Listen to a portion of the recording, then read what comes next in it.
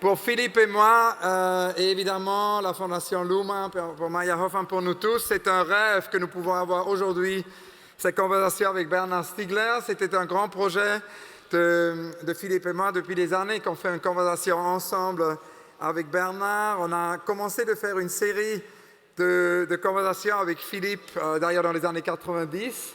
Et je me rappellerai toujours du jour où on est allé à l'IRCAM visiter Pierre Boulez pour une conversation sur la polyphonie. Évidemment, ceci nous mène directement à Bernard Stiegler par rapport à l'IRCAM. Mais beaucoup de chemin nous mène à Bernard Stiegler. Il y a aussi, évidemment, le travail par rapport aux immatériaux, l'exposition de Lyotard qui est un thème important pour Philippe et moi et qui d'ailleurs fait partie de ce projet qu'on a ici à Arles avec la Fondation Luma par rapport à Résistance, puisque Philippe se rappelle toujours de ce projet dont Lyotard lui avait parlé, un projet non réalisé sur les résistances. Donc l'idée, c'est donc de parler des immatériaux et des résistances. Évidemment, Bernard Stiegler a inspiré Lyotard par rapport aux immatériaux. Il nous parlera de ça aujourd'hui. Mais on parlera aujourd'hui surtout de ce thème très urgent des Luma Day d'aujourd'hui, des interdépendances. Comme nous a dit aujourd'hui Eric Schlosser, interdépendance égale survie. Il n'y aura pas de survie sans le focus sur l'interdépendance, sur la planète. Bernard Stiegler est philosophe et en tant que philosophe, son travail s'inscrit dans une requalification de l'ensemble du projet philosophique. Il a dirigé donc de 2009 à 2018 l'Institut de recherche et d'innovation IRI, mais il est surtout aussi un des fondateurs et le président de l'association Ars Industrialis, qui est un groupe de citoyens engagés dans la lutte pour l'élaboration d'une politique industrielle des technologies. Et évidemment, fondamental pour la discussion ici, le projet des plaines communes en Seine-Saint-Denis. On a travaillé avec Bernard à la Serpentine l'année dernière pendant 1 an sur un marathon pour le futur du travail, qui a mené d'ailleurs à un manifeste dont on va parler aujourd'hui de 6 points, que jusqu'à maintenant, en fait, Bernard a élargi à 11 points. Et ce manifeste sera présenté le 10 janvier en 2020 aux Nations Unies à Genève. Bernard va maintenant nous présenter un texte, un statement, et après Philippe et moi vont lui poser des questions. Donc, encore une fois, un très chaleureux bienvenue à Bernard Stiegler. Et merci pour venir ici à Arles. Merci beaucoup. Merci beaucoup, Hans Ulrich. Je dois ajouter que nous collaborons avec Hans Ulrich maintenant depuis 9 mois de manière assez pratique et concrète sur ce travail qu'il vient d'évoquer, qui a conduit à ce manifeste présenté le 22 septembre au Serpentine Galleries de Londres, mais qui se poursuit et qui va aussi être l'objet d'un séminaire début juillet, puis d'un colloque au Centre Pompidou le 18 et 19 décembre. Et nous construisons petit à petit des éléments de travail pour pratiquer, j'aime moi me référer à cette notion, de la sculpture sociale. Voilà. Pour essayer de construire des agencements, comme disait Deleuze-Guattari, qui conduisent à de la sculpture sociale et je dirais aussi à de l'individuation collective dans un contexte actuel qui est plutôt un contexte de désindividuation collective et aussi de désindividuation psychique. Hans Ulrich vient d'évoquer le travail que nous faisons à Seine-Saint-Denis depuis 3 ans, avec Ars Industrialis et l'Institut de recherche et d'innovation, avec aussi beaucoup d'autres acteurs comme la Caisse des dépôts et consignations, Orange, la Fondation de France, etc. Et aujourd'hui, nous travaillons sur... nous avons créé ce qu'on appelle une clinique contributive dans laquelle nous travaillons à soigner des petits-enfants de 2 ou 3 ans qui sont catalogués autistes et qui en fait ne sont pas du tout des autistes, mais ont toutes les caractéristiques de l'autisme parce qu'ils ont été exposés très très tôt à des smartphones. Et ils se transportent sur eux cette étiquette d'autiste. Vous savez que si vous êtes étiqueté autiste, il y a énormément de choses qui vous sont définitivement fermées. Donc nous nous battons pour les désétiqueter, mais aussi pour travailler avec les parents, les enfants eux-mêmes, les équipes soignantes, les puéricultrices, etc., pour essayer de construire une intelligente relation au smartphone. Et donc, la semaine prochaine, je vais rencontrer le directeur de la recherche de Orange pour lui dire, vous allez maintenant travailler avec ces gens-là pour faire du design. Et ça, c'est de la sculpture sociale. C'est de la sculpture sociale qui intègre la grande industrie, nous le faisons avec Orange, mais aussi avec de très grands industriels de même stature dans toutes sortes d'autres domaines. Alors, je ne vais pas me pesantir sur ce point parce que ce n'est pas le sujet central, mais en revanche, bon, le thème de cette rencontre, c'est l'indépendance et l'interdépendance. Voilà.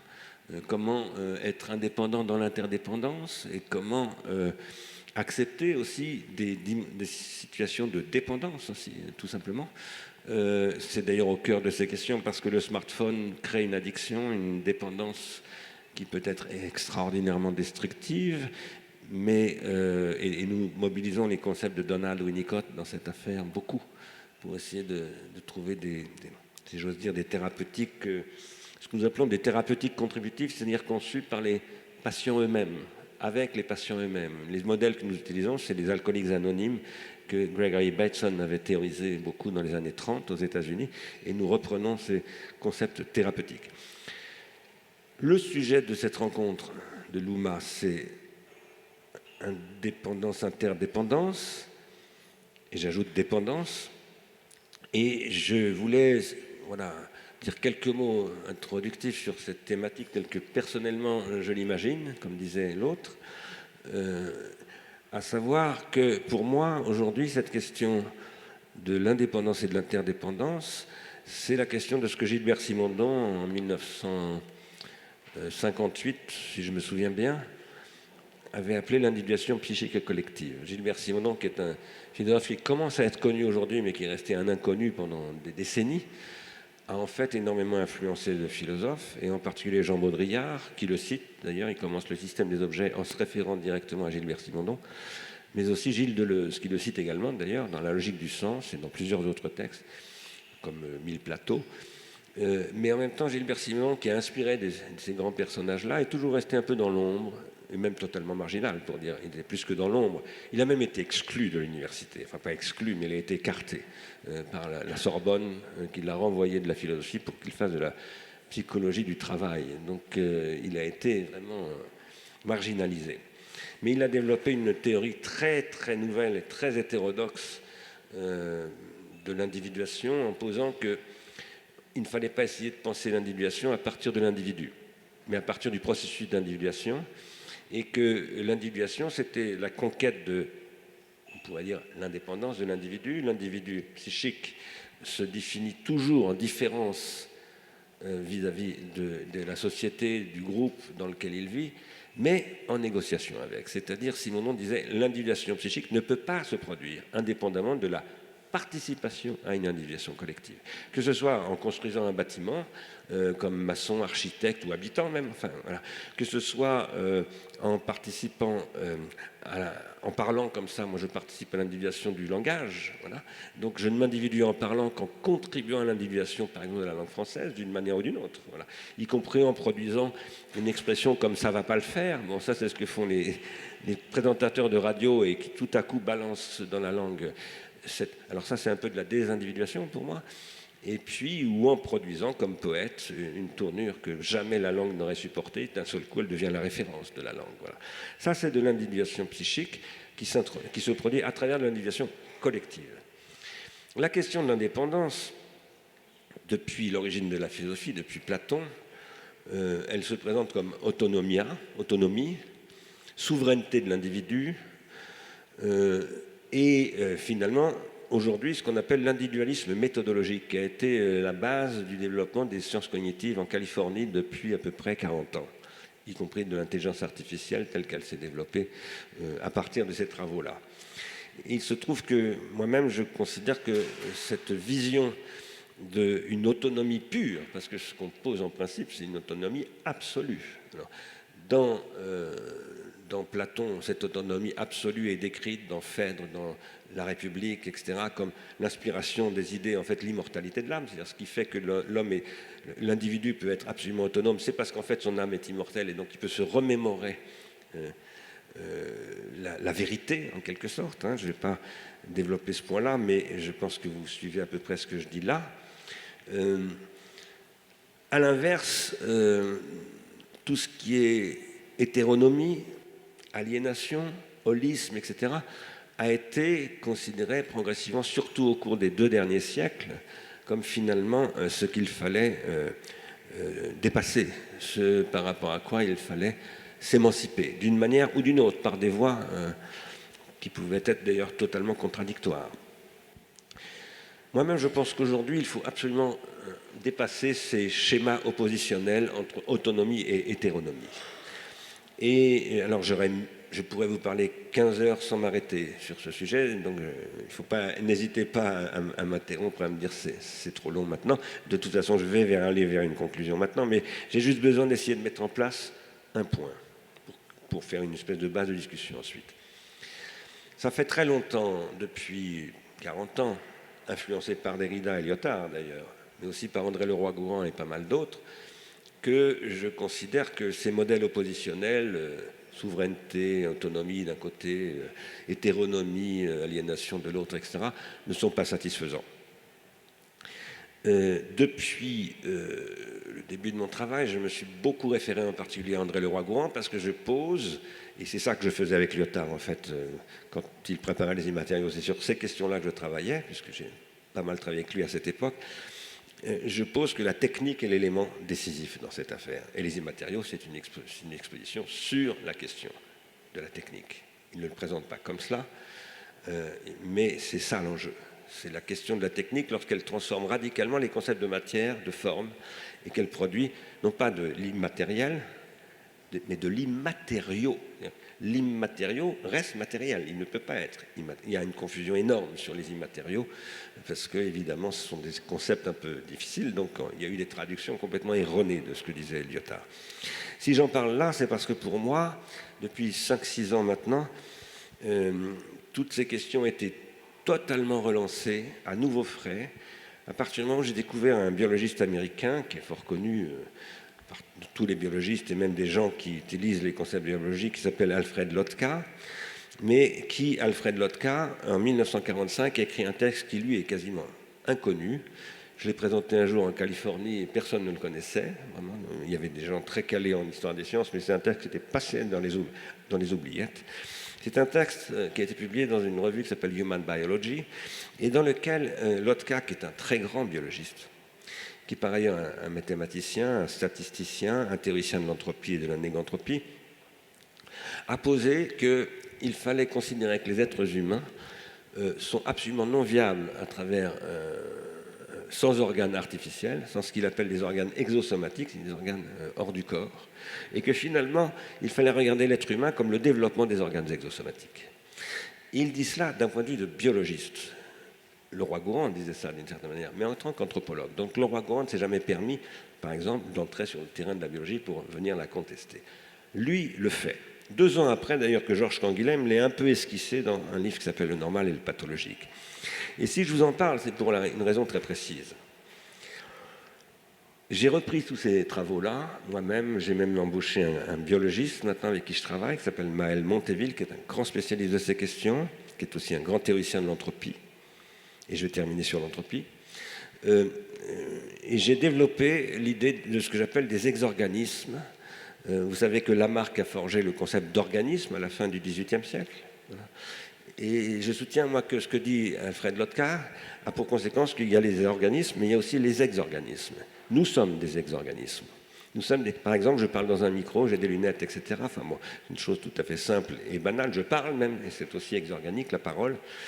Et ce qui est assez important à souligner là, c'est que ces exorganismes simples, étant donné qu'ils peuvent échanger leurs organes artificiels, ils peuvent par exemple fabriquer des sabots et les échanger contre 10 kilos de blé ou de je ne sais quoi, etc., eh bien il y a une division du travail qui se produit.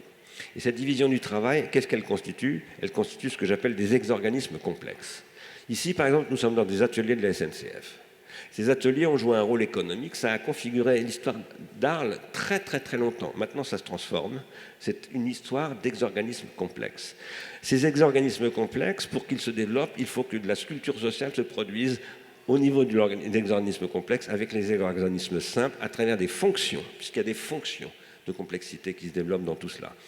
Alors cela, et je vais maintenant vraiment m'arrêter, si je vous en parle, c'est aussi parce que je pense qu'aujourd'hui, nous ne pouvons pas ne pas parler de l'Anthropocène et de ce que n'arrête pas de rappeler. Par exemple, j'ai entendu une jeune Allemande tout à l'heure, une lycéenne, disant « mais arrêtez de parler de nous et de tout ça, soutenez-nous vraiment, agissez ». Donc, je parle donc de ce mouvement de lycéens qui est maintenant devenu international. Il y a même aux États-Unis des mouvements comme ça, il y en a en Australie aussi, et qui exige que nous répondions à cette injonction que le secrétaire général de l'ONU, l'année dernière, à peu près au moment où d'ailleurs nous faisions cette rencontre à Londres, a fait un grand discours, Antonio Guterres, en disant « la situation est extrêmement grave ». Et c'est maintenant le sujet numéro 1 pour les Nations Unies. Nous nous posons qu'il est absolument fondamental d'aborder ce sujet avec de nouveaux concepts technologiques, scientifiques, artistiques et de nouvelles missions. Il ne s'agit pas d'aller voir M. Macron ou M. Trump ou M. Xi Jinping ou je ne sais qui en disant « résolvez les problèmes ». Il s'agit de mettre en place des méthodes de travail qui nous permettent de travailler dans l'extrême urgence, parce que c'est une situation d'extrême urgence. Ça, c'est ce que nous avons commencé à essayer de tester, d'expérimenter en Seine-Saint-Denis, à Plaine Commune, avec un territoire de 400 000 habitants qui s'appelle Territoire apprenant contributif, où nous posons en principe que tout habitant peut devenir un chercheur, un artiste, etc. C'est vraiment une démarche de sculpture sociale, si je puis dire, où nous introduisons des chercheurs dans tous les domaines qui viennent travailler, par exemple dans la clinique contributive, il y a des chercheurs en biologie et en psychologie qui travaillent là. Et tout cela a pour but de lutter contre l'entropie. L'Anthropocène, c'est une augmentation considérable de l'entropie, énorme, qui inquiétait énormément Lyotard d'ailleurs, parce que Lyotard a écrit un texte sur ces questions.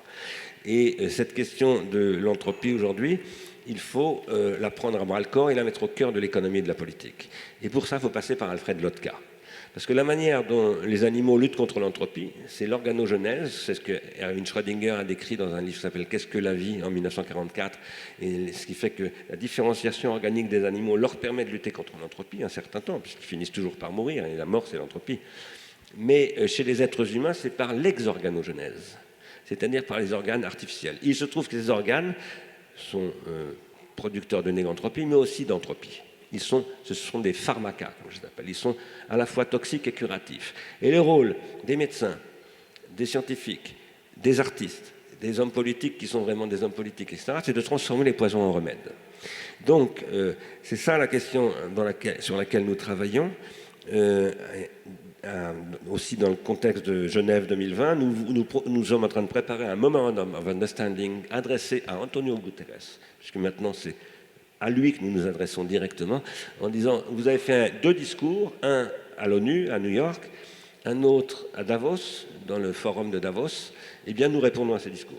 Nous vous répondons et nous faisons des propositions très concrètes. Ces propositions passant par l'idée de lancer un appel d'offres mondial pour développer des territoires de sculpture sociale à très grande échelle. J'ai plusieurs pays déjà que je connais qui sont très intéressés pour y contribuer, et que ces territoires sont des territoires de mise en place d'une recherche contributive travaillant en procédure d'urgence, parce que nous sommes dans l'extrême urgence. Si on écoute ce que dit Guterres, il nous reste 11 ans pour véritablement produire ce qu'on appelle en théorie de l'entropie, de la négantropie, une bifurcation positive. Donc voilà, c'est un petit peu ce que je voulais dire, parce que ça, c'est des rapports indépendance, interdépendance, sachant que, je termine juste encore un mot, la question de la dépendance, ça se traduit aujourd'hui par une politique de l'addiction. Le capitalisme actuel est un capitalisme addictif, c'est revendiqué en tant que tel par énormément de gens du marketing, par exemple. Lutter contre cela, ça n'est pas dire l'addiction c'est le mal, pas du tout. Il faut se souvenir que Donald Winnicott dit qu'il faut que le bébé soit addict à son teddy bear, à son objet traditionnel. Le problème, ce n'est pas d'être addict. Tomber amoureux, c'est être addict. Avoir le sens de la filia, c'est-à-dire avoir le mal du pays, ce qui m'est arrivé plusieurs fois, parce que voilà, quand on n'est pas chez soi, à un moment donné, on a le blues, on a envie de... C'est une forme d'addiction. Et Winnicott dit, le problème, ce n'est pas de sortir d'addiction, on n'en sort jamais. C'est de changer d'addiction et d'entrer dans des addictions qui vous permettent de vous individuer, de vous enrichir plutôt que de vous appauvrir. C'est pour ça que les alcooliques anonymes disaient à un alcoolique quand il arrivait, ce sont d'anciens alcooliques, ils lui demandaient « Pourquoi est-ce que tu es là? Qu'est-ce que tu veux ?»« Je veux me désintoxiquer. »« Ah bon? Et pourquoi ça ?»« L'alcool m'a détruit. »« Mais parle-nous de l'alcool, qu'est-ce que ça t'a apporté ?»« Ça a tout foutu en l'air, ça a détruit ma vie, j'ai quitté ma femme, patati. » Alors la réponse des alcooliques, c'était toujours « eh bien, tu n'es pas prêt à te désintoxiquer ». Tant que tu ne comprendras pas pourquoi c'était bon pour toi de boire de l'alcool, tu ne pourras pas te désintoxiquer et passer à autre chose. Et ça, c'est très très important. Ce sont des sujets dont j'ai beaucoup parlé avec l'hôpital Marmottan, qui a été fondé par Oliver Einstein. Je n'ai pas connu Oliver Einstein, mais j'ai connu son successeur, Marc Valeur. Et donc c'est la base de la dictologie aujourd'hui. La question, ce n'est pas de se débarrasser de l'addiction, on ne peut pas. On ne peut pas ne pas être dépendant. C'est d'être dépendant en participant à l'individuation collective. Voilà ce que je voulais dire un petit peu pour commencer.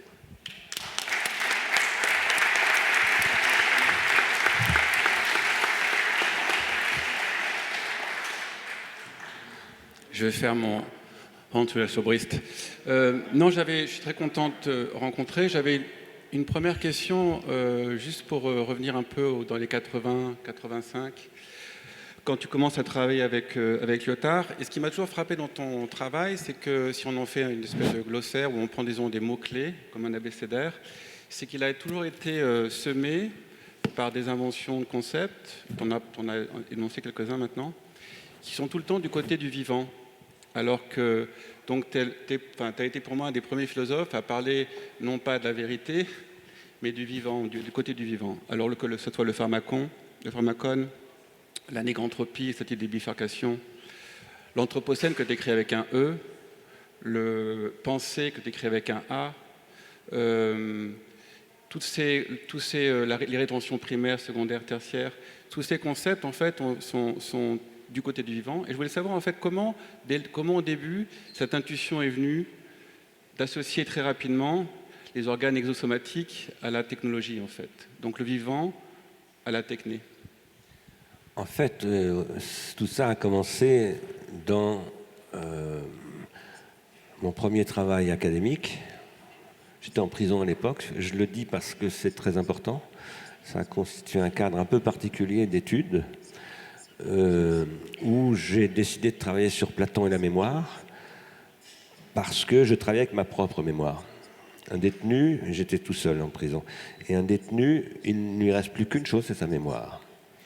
Et donc, étant donné que Socrate dans le Ménon et ensuite toute la philosophie platonicienne est une philosophie de l'anamnésis, de la remémoration, d'une part, étant donné que d'autre part, j'avais rencontré les analyses que Derrida faisait du discours de Platon, de critique du pharmacone, de la mémoire artificielle, et étant donné que moi-même je ne travaillais qu'avec de la mémoire artificielle, ce qui me permettait de travailler, c'était d'avoir des livres que m'apportait Gérard Granel, qui avait un passe-droit, c'est-à-dire qu'il pouvait me faire passer des livres par les avocats. C'est comme ça que j'ai travaillé. Et en fait, grâce à ces livres, il y avait du monde dans ma cellule, beaucoup de gens. Il y avait à peu près tous les philosophes. Mais ils étaient là comme morts. Ils étaient ce qui constituait ce que j'appelle aujourd'hui, à cette époque-là je ne disais pas ça, la nécromasse noétique. Je dis nécromasse noétique parce qu'un grand penseur que tout le monde devrait lire, on devrait l'enseigner absolument à l'école, il s'appelle Vladimir Vernadsky, qui était un chimiste russe, a écrit un livre très important en 1926 qui s'appelle La biosphère. C'est lui qui a construit le concept de biosphère. Et il a montré en tant que chimiste que le vivant, c'est d'abord une machine à produire des nouvelles molécules. Il dit, moi je ne regarde pas le vivant comme Darwin, c'est très très bien Darwin, mais pour moi le vivant c'est ce qui produit tant de dizaines de milliers de milliards de tonnes de ceci, pendant tant d'années, etc. Et il dit par exemple, le calcaire, c'est essentiellement le vivant qui le produit. On ne trouve pas de calcaire ailleurs que sur Terre, parce que le calcaire c'est les coquillages, les squelettes, etc., etc. Et tout ça, l'eau, l'oxygène et toutes ces choses qui sont sur Terre sont produites en fait par la biosphère en tant que machine à produire de nouvelles molécules à travers des organes qui sont les organes vivants. Et il dit, pour comprendre ce que c'est que le vivant, il faut comprendre que sans le mort, il ne peut pas y avoir de vivant. D'ailleurs, en ce moment, je suis en train de relire un texte de Derrida qui s'appelle « La vie et la mort », où il dit qu'il ne faut pas opposer la vie à la mort. Le mort, ce qu'il appelle la nécromasse, c'est l'humus, c'est-à-dire la terre sur laquelle on marche, ce sont des cadavres en fait, qui sont des cadavres de plantes, de bactéries, d'algues, de toutes sortes. Les hydrocarbures, ce sont des algues, etc. Et tout cela, c'est ce qui constitue l'avenir du vivant. Moi-même, je m'intéresse à ce que j'appelle le vivant noétique, c'est-à-dire le vivant qui a des organes artificiels. Et alors, il y a un nouveau philosophe que je mobilise depuis une dizaine d'années, qui c'est Alfred Whitehead, ce vivant, parce qu'il est dans un processus en évolution constante, le concept majeur de Whitehead, c'est la concrescence et la processualité. Donc il dit, Whitehead arrive à l'époque où Erwin Hubble montre l'expansion de l'univers. Et donc Whitehead dit maintenant on ne peut plus penser comme autrefois, on doit penser une cosmologie en expansion constante. Et donc cette expansion constante fait que le cadre n'arrête pas de changer. Il n'y a plus la stabilité comme c'était le cas pour Newton ou la sphère des fixes de Aristote. Et il faut comprendre que dans cette affaire, l'être humain est doté d'une raison qui est une fonction vitale. Canguilhem dit la même chose en 1943. À peu près 10 ans après Whitehead. La raison permet à l'être humain d'augmenter sa capacité négantropique et de diminuer sa toxicité anthropique à travers ses organes artificiels. Voilà. Alors, la raison pour laquelle j'ai travaillé sur ces concepts de rétention et de protention, c'est qu'au départ, j'essaye de penser les rapports entre la technique, l'artificiel, et la vie comme étant ce qu'on appelle parfois la nature. Moi-même, je ne me sers pas du concept de nature. Je pense que ce concept, ça ne veut pas dire qu'il n'y a pas de nature et tout ça, je ne dis pas ça, mais moi je suspends l'usage de ça, parce que nature veut dire pour la plupart des gens, 99,9% des gens pensent nature égale équilibre. Et ce n'est pas du tout équilibre, la nature. Voilà. Alors oui, c'est équilibre métastable, mais un équilibre métastable, c'est un équilibre à la limite du déséquilibre en permanence. Donc ce n'est pas du tout, par exemple, la nature de Rousseau. C'est pour ça que je pense qu'il ne faut pas utiliser le concept de nature. Voilà. Maintenant, la question du vivant, pour moi, est absolument capitale, parce que, en effet, ce que je crois, c'est que depuis le 19e siècle, où est apparu le concept de thermodynamique, enfin la physique thermodynamique, et le concept d'entropie, et ensuite le 20, qui a été, j'en ai parlé dans mon dernier livre, un sujet de dépression pour Nietzsche. Le grand philosophe du vivant, c'est Nietzsche. Et comme vous le savez certainement, au début de Zarathustra étant une espèce d'incarnation de Nietzsche, incarnation jusqu'à un certain point, mais Zarathustra est malade. Voilà. Zarathustra, ça commence par la maladie de Zarathustra. Et de quoi est-il malade ? Ce que je soutiens en m'appuyant sur des travaux de Paolo di Iorio, mais qu'en même temps j'ai un peu renversé contre la thèse de Iorio lui-même d'ailleurs, mais par contre il a fait un énorme travail d'érudition qui est extrêmement... Il a lu absolument tous les livres qu'il avait lu Nietzsche avec les annotations de Nietzsche, il en a tiré... Voilà, c'est très très très important, très intéressant ce travail. Et donc il a montré que Nietzsche, à l'époque où il écrit Le Gai Savoir, puis Zarathustra, lit tout ce qui sort sur l'entropie, la mort thermique de l'univers, enfin il dévore ces livres-là. Il écrit à ses amis en disant « apporte-moi ce bouquin, va le chercher en Angleterre ». Enfin bon. Donc il est vraiment totalement pénétré par cette question de la mort thermique de l'univers. Et il raconte que Zarathustra est déprimé. Voilà. Et c'est évidemment très important parce que c'est l'origine... qu'est-ce qui va lui permettre de surmonter, de soigner sa dépression ? C'est l'éternel retour du même. Mais qu'est-ce que c'est que l'éternel retour du même ? C'est là que je ne suis pas d'accord avec Paolo di Iorio. Paolo di Iorio, c'est une des versions de ce que Boltzmann imagine pour surmonter la mort thermique de l'univers. Je ne crois pas du tout que ce soit ça, c'est très tiré par les cheveux ça. Par contre, c'est une première version de ce que dit Erwin Schrödinger en 1944.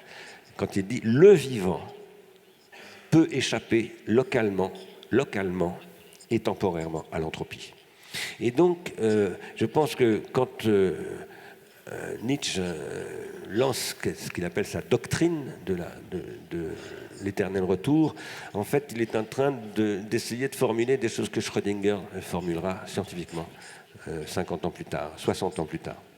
Et en parlant d'entropie, ça nous ramène en fait à la discussion de Londres. Et donc, on a eu ce marathon.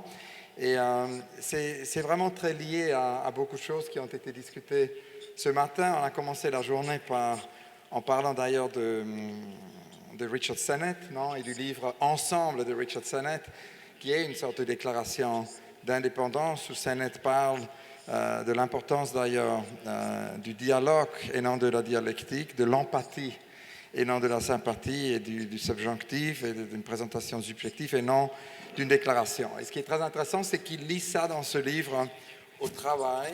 J'essaie de trouver la phrase. Il dit d'ailleurs que la plupart du travail aujourd'hui est un short time frame. Donc il s'agit de libérer du temps d'une certaine façon, ce qui d'ailleurs mène à quelque chose que Philippe me parle depuis plus de 20 ans, c'est l'idée de l'association du temps libéré. Donc je voulais, avant de demander à Philippe de parler de ça, de vous demander de nous parler un tout petit peu de cette idée, comment libérer le temps, et surtout aussi, qu'est-ce qui vous a amené vraiment, en tant que philosophe, de produire la réalité, puisqu'on a beaucoup parlé aussi tout à l'heure, il y avait Evgeny d'ailleurs et Alexandre qui ont touché au thème du General Basic Income. On a à Londres discuté justement sur le Conditional Basic Income, et je pense que ça répond beaucoup aussi à ces questions, ce que nous aujourd'hui pouvons faire, cette idée d'un call, d'un appel à l'action, puisqu'il reste très peu de temps et ça nous ramène à ce manifeste. Donc ça serait intéressant de nous parler un tout petit peu plus de ça, parce que ça nous mène au-delà de l'entropie.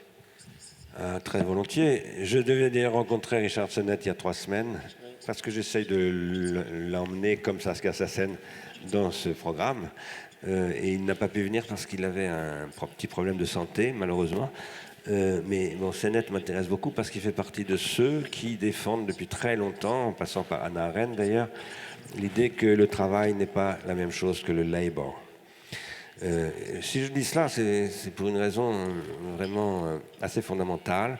Aujourd'hui, quand on vous dit il faut des politiques de travail, c'est-à-dire de l'emploi.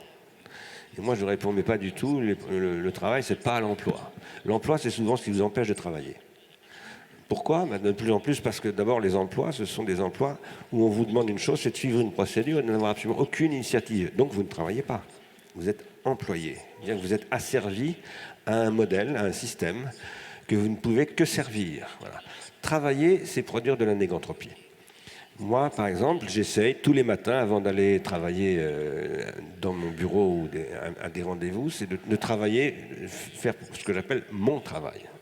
Et mon travail, ça ne regarde absolument personne, c'est inemployable, voilà. C'est absolument libre.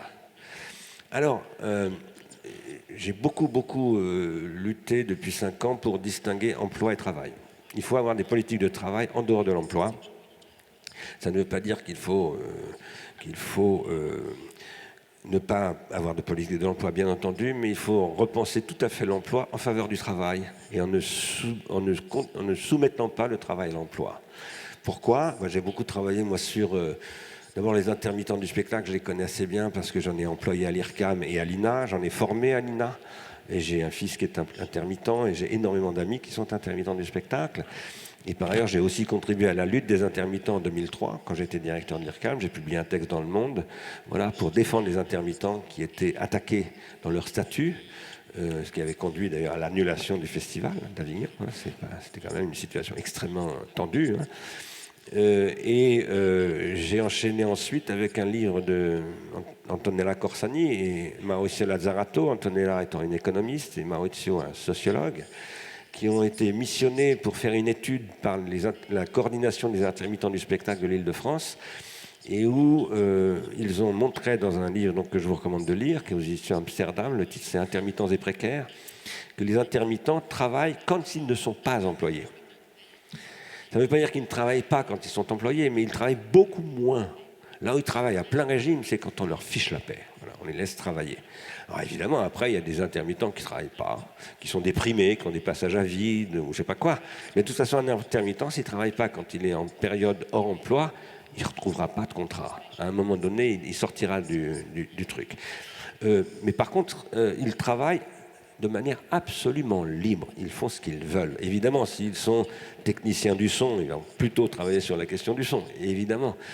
S'ils sont comédiens, ils vont travailler leur rôle, peut-être apprendre des choses par cœur, enfin apprendre des rôles ou je ne sais quoi. Encore que je ne crois pas que ce soit vraiment le cas, parce que là, c'est justement quand ils sont en sous-contrat, dans une production avec une subordination par un contrat, qu'ils commencent à fonctionner comme ça. Si je dis cela, c'est parce qu'aujourd'hui, une catastrophe apparaît qui est une chance. C'est le pharmacone par excellence. La catastrophe, c'est diminution de l'emploi. L'OCDE aujourd'hui, de toute façon, dit à l'échelle mondiale, 9% d'emplois vont être perdus. Quand j'ai publié un livre moi, il y a 4 ans, je crois, qui s'appelle La société automatique, j'avais organisé un colloque au Centre Pompidou là-dessus. J'avais sorti les chefs du MIT, de Oxford et de l'Institut Bruegel qui disaient que 47% d'emplois aux États-Unis sont automatisables et un jour ou l'autre disparaîtront. Et j'avais un peu suscité l'ire de beaucoup de gens, dont en particulier France Stratégie, parce que je disais le plein emploi c'est du bidon et l'emploi va diminuer, etc. On me disait mais il ne faut jamais dire ça. Sauf que c'est la vérité. Donc si on ne le dit pas, on se moque des gens. Et ça fait des gilets jaunes, des gens qui sont mécontents à juste titre. Voilà, à juste titre, parce qu'on se moque d'eux. Bon. L'emploi diminue aujourd'hui. Maintenant, il y a un consensus mondial là-dessus. Il n'y a plus personne qui conteste ça. Il diminue parce que l'automatisation, je ne parle pas des robots simplement, mais par exemple, votre smartphone, tout le monde sait ça maintenant, hein, quand vous interagissez avec votre smartphone, vous supprimez des emplois de comptabilité, de gestion, etc., etc. Le tertiaire est explosé par ces technologies-là, mais énormément de technologies, énormément de métiers, y compris médecins, juristes, architectes, etc. Ce n'est pas simplement les chauffeurs de camions, etc. Non, ça concerne absolument tout le monde. Même Alan Greenspan, puisque j'ai montré, en m'appuyant sur ses propres déclarations qu'il a faites le 23 octobre 2008, Alan Greenspan qui est mis en cause au Sénat américain pour avoir laissé se faire les subprimes, etc., et même les avoir instigés, il répond « Vous ne pouvez pas me mettre en cause moi, si vous me mettez en cause moi, vous vous mettez tous en cause. Le problème, c'est que personne ne sait plus comment ça marche, vous non plus, et donc il faut relancer une science économique. » Il dit ça. Mais qu'est-ce qu'il dit? Il dit qu'il est prolétarisé. C'est-à-dire qu'il a un emploi et il n'a plus le savoir pour produire la négantropie dans cet emploi. Donc il ne fait que servir des systèmes qui sont le trading automatique, le high frequency trading et tous ces machins-là, et qui sont une catastrophe. Pourquoi elles sont une catastrophe? Parce qu'ils produisent de l'entropie, ces systèmes. Ça a été très bien théorisé par Ludwig von Bertalanffy dans sa théorie des systèmes ouverts et des systèmes fermés. Voilà. Il a montré très bien, depuis très longtemps déjà, ça fait 60 ou 70 ans que Bertalanffy a montré que la mécanisation de la production conduit inévitablement à l'augmentation du taux d'entropie. L'entropie thermodynamique, mais aussi l'entropie biologique, c'est-à-dire la diminution de la biodiversité, et l'entropie informationnelle, c'est-à-dire la crétinisation mondiale, à laquelle ni vous ni moi n'échappons d'ailleurs. Personne ne peut échapper à ça. On est crétinisé par ce dispositif. Eh bien ça, il faut le faire bifurquer. Et il faut transformer le malheur de la perte d'emploi en chance. Donc notre objectif à Plaine Commune, en Seine-Saint-Denis, c'est de dire donnez-nous 10 ans et on va créer 9% d'emplois contributifs. C'est-à-dire qu'on va absorber la baisse, la moyenne de la baisse. Voilà. Et alors ça, c'était à Plaine Commune. On a commencé ça ça a effectivement démarré il y a 2 ans. La discussion a commencé il y a 4 ans en réalité, après ce colloque au Centre Pompidou. C'est ça qui a déclenché la discussion. Mais aujourd'hui, on discute avec des très grandes entreprises et même des pays entiers de ces questions-là. Et c'est ça l'enjeu de Genève 2020. Genève 2020, c'est de dire on va maintenant essayer de faire d'un challenge, d'un défi monumental comme l'humanité et même la Terre entière n'a jamais rencontré, l'Anthropocène. On va en faire finalement peut-être la possibilité de réinventer totalement le système de production. Et ça ne veut pas dire on va renverser le capitalisme et mettre je ne sais pas quoi à la place, les coopératives, le communisme, j'en sais rien. C'est pas ça notre problème. Notre problème, c'est de dire on va réinventer le travail comme production de négantropie et la limitation de l'emploi comme production d'entropie. Et ça veut dire aussi, c'est ce que disait Joseph Beuys sur la boulangère et l'infirmière, le boulanger et l'infirmière. Hein, dans les textes bâtissant une cathédrale de Beuys, il est question de ces choses-là. Hein. Et donc il dit il faut que l'infirmière reste une infirmière. Et ce qui se passe dans les hôpitaux en ce moment, moi j'ai beaucoup d'amis dans le monde hospitalier, infirmiers, médecins, etc. C'est une destruction des métiers, c'est une prolétarisation totale. Et ils répondent, mais on ne peut pas prolétariser le soin, c'est absolument pas possible. Ou alors, on ne soigne plus les malades, on les traite. Comme on traite l'époux et comme on traite, vous savez bien ce qu'on dit, hein, on traite les juifs aussi. Voilà. Donc, il y a derrière tout ça des visions absolument apocalyptiques du monde. Et à cela, alors il ne faut pas le dénoncer parce que c'est facile de dénoncer tout ça. Moi, je connais plein de gens qui dénoncent tout ça. Mais la question, ce n'est pas de le dénoncer, c'est de le critiquer. Comme faisait Emmanuel Kant. La critique, chez les philosophes, ce n'est pas la dénonciation. c'est l'énonciation des limites et la proposition de nouvelles fonctions. Voilà. Donc nous pensons qu'aujourd'hui, il faut produire une nouvelle définition du travail, une nouvelle définition de l'emploi aussi. Et d'ailleurs, nous ne sommes pas en train de dire dans ce programme que tout va devenir une économie contributive. Nous disons simplement que c'est une des voies pour lutter contre tout cela. Et alors, pourquoi est-ce que c'est une des voies? Parce que quand même, si l'économie aujourd'hui ne parvient pas à lutter contre l'entropie, c'est-à-dire contre l'anthropocène, eh bien, elle est criminelle. Donc, alors, il ne faut maintenant pas dire à des entreprises, maintenant vous êtes des criminels si vous ne faites pas ça, parce qu'ils fonctionnent comme ça. Donc, on ne va pas les criminaliser. Donc, il faut leur proposer des voies rationnelles et supportables, y compris par leurs contraintes financières, etc., leurs emprunts, leurs actionnaires, plus ou moins. Il ne faut pas se soumettre totalement aux actionnaires, mais quand même, on est obligé de faire avec, puisque ce sont eux qui ont les capitaux, pour négocier un virage qui finalement est économiquement plus rationnel que le système actuel. Et ça, nous pensons que c'est tout à fait possible. En ce moment, moi, je travaille avec des milieux d'affaires de plusieurs pays, avec des diplomates, avec des grands scientifiques, sur ces questions, parce qu'il y a une prise de conscience qui est en train de s'opérer. Le fait que Guterres ait fait ce discours au mois de septembre dernier à New York, c'est vraiment très, très important. Et donc, alors après, il faut y répondre. Si on veut vraiment... si on le considère vraiment important, il faut faire ce que disait cette jeune Allemande que j'ai citée tout à l'heure. Faites quelque chose. Arrêtez de dire qu'on est des gens formidables et tout ça. Faites quelque chose. Donc voilà, moi je vous invite à soutenir Genève 2020. Je voulais...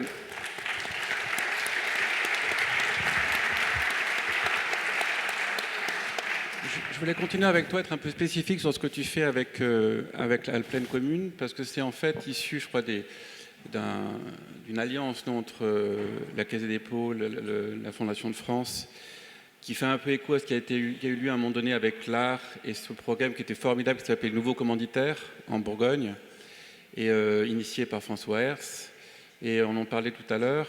Et cette idée qu'en fait, il y a une possibilité locale de négocier la production de formes qui est une valeur mondiale, ou comme disait Glissante, qui s'inscrit dans une mondialité. Et je voudrais que tu me parles un peu de ce travail que tu fais qui est très précis et qu'on pourrait aussi produire ici en région d'Arles. Alors ce travail, d'abord, il consiste à faire confiance dans les gens et dans les collectifs, sans naïveté. Les gens ne vont pas très bien, donc les gens qui ne vont pas très bien sont un peu pénibles parfois. Moi-même, je ne vais pas toujours bien, et je peux être très pénible. Sans naïveté sur les groupes aussi. La vie de groupe, c'est ingrat. Voilà. Donc, il ne faut pas craindre les conflits, il ne faut pas craindre les drames, voire les tragédies. Voilà. Je dis cela d'abord, les gens qui se sont engagés là-dedans, c'est des gens qui ont une longue expérience d'activistes, autrefois on disait de militants, de gens qui ont un peu de bouteille de ça. C'est aussi des gens tout jeunes qui débarquent, voilà, mais qu'on fait travailler avec des gens qui ont de l'expérience quand même. Parce que faut être très clair, on est en guerre là. On est en guerre contre la guerre. On est en guerre contre la guerre économique. Maintenant, le projet de Genève 2020, ça consiste à dire on propose un nouveau programme de paix de l'ONU. Cessons la guerre économique. Cessons de détruire des pays entiers parce qu'il y a une guerre économique entre des... C'est une catastrophe, ça, ce que ça a produit. J'avais écrit dans un Philosophie Magazine en 2012, j'avais fait une espèce de comptabilité vraiment au doigt mouillé, comme on dit, mais quand même. Voilà, des destructions engendrées par la guerre économique, c'est beaucoup plus important que les 2 premières guerres mondiales. C'est incomparable. Voilà.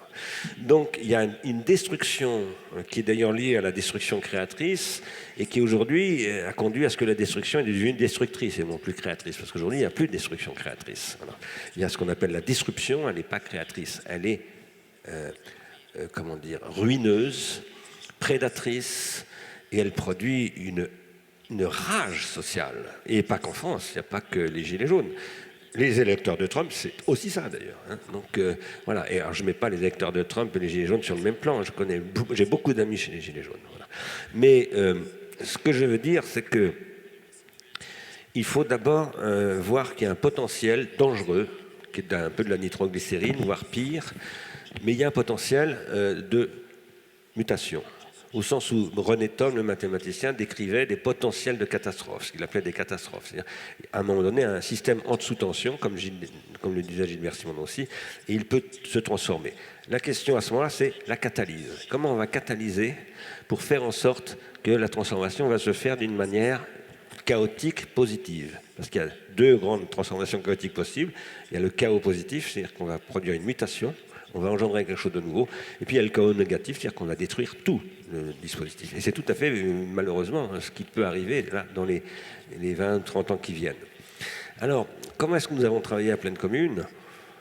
En fait, ça a commencé par une rencontre avec Patrick Vorozek, qui était l'ancien maire de Saint-Denis et député de la Seine-Saint-Denis et président de Plaine Commune, qui est venu me voir. Il connaît Ars Industrialis en me disant, voilà, moi je lance un nouveau mandat. Il y avait les élections municipales, etc. Est-ce que Ars Industrialis pourrait m'accompagner dans ce mandat ?